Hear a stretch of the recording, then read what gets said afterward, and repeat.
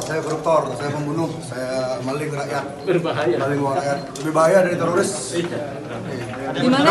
Gimana tadi persidangan kali ini? Nggak dengar apa, putus-putus, terus ya saya merasa nggak sedang tidak berbicara dengan manusia. Saya merasa sedang berbicara sama layar monitor, bukan manusia.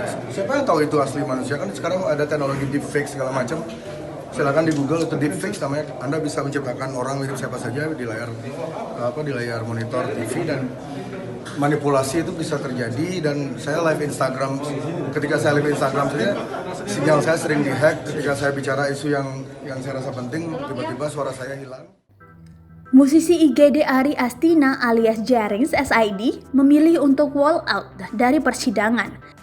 Tak hanya sendiri, drummer band Superman Is Dead itu keluar bersama penasihat hukumnya pada persidangan yang diselenggarakan hari Kamis 10 September 2020.